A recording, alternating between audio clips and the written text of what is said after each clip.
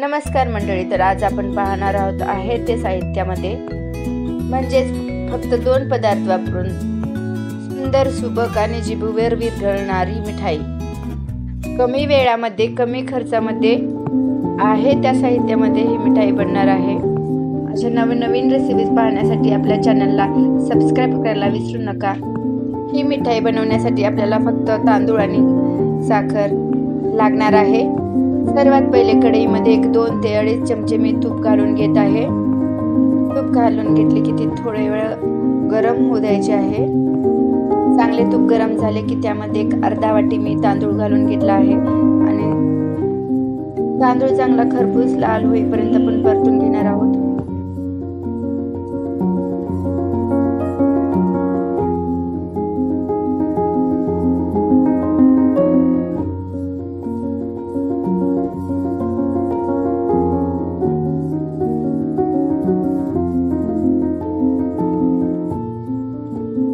पाहू शकता तांदळाचा कलर चेंज झालेला आहे आणि खरपूस लाल तांदूळ आपला तयार झालेला आहे। याला एका प्लेटमध्ये आपण काढून घेऊयात आणि त्याच कढईमध्ये थोडेसे तूप उरलेले आहे, त्यामध्येच मी अर्धा वाटीपेक्षा कमी साखर घेत आहे। म्हणजेच तांदळाच्या बरोबर अर्धी अशी साखर मी यूज करत आहे। तुपामध्ये साखर चांगली अशी वितळून घ्यायची आहे। पाहू शकता आपली साखर अशी छान वितळली गेली आहे। यामध्ये जेवढा तांदूळ घेतला होता तेवढंच दूध ऍड करायचे आहे। साखर खाली घट्ट झालेली आहे, अशीच वितळायला आपण त्यामध्ये वितळायला ठेवायची आहे। तोपर्यंत आपण तांदूळ बारीक करून घेऊयात मिक्सरमध्ये। हा पाहू शकता मी मिक्सरमध्ये छान तांदूळ बारीक करून घेतलेला आहे आणि पाहू शकता तोपर्यंत ही साखर पण आपली दुधामध्ये पूर्ण विरघळलेली आहे। यामध्ये ऍड करूयात आपण हे बारीक केलेला तांदूळ। तांदळाचं पीठ जितकं बारीक होईल तितकं करून घ्यायचं आहे। हे पाहू शकता छान पीठ आपलं बारीक झालेलं आहे। या दुधामध्ये आपण छान मिक्स करून घ्यायचे आहे आणि लवकरच हे असं घट्ट थिकनेस याची येते। छान परतून घ्यायचे आहे।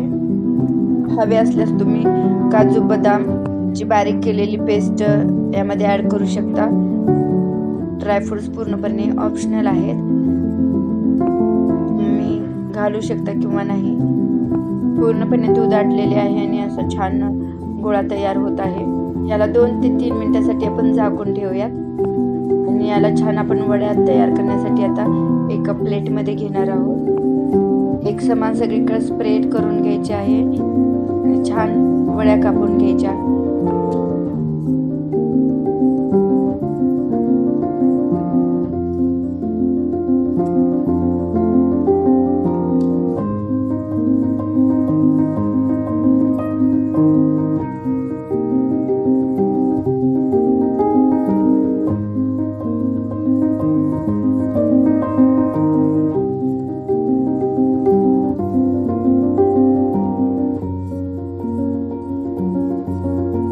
पाहू शकता मी छान ट्रे मध्ये एकदम छान सेट करून घेतली आहे।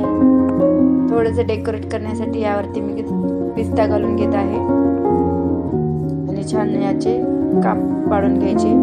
हव्या त्या शेपमध्ये हव्या त्या साईजमध्ये तुम्ही काप पाडू शकता आणि अशा प्रकारे ही आपली मिठाई कमी वेळामध्ये कमी खर्चामध्ये आणि छान मिठाई तयार आहे। आवडल्यास नक्कीच लाईक करा आणि कमेंट करून नक्की कळवा। चॅनलला सबस्क्राइब करायला विसरू नका। थँक्यू।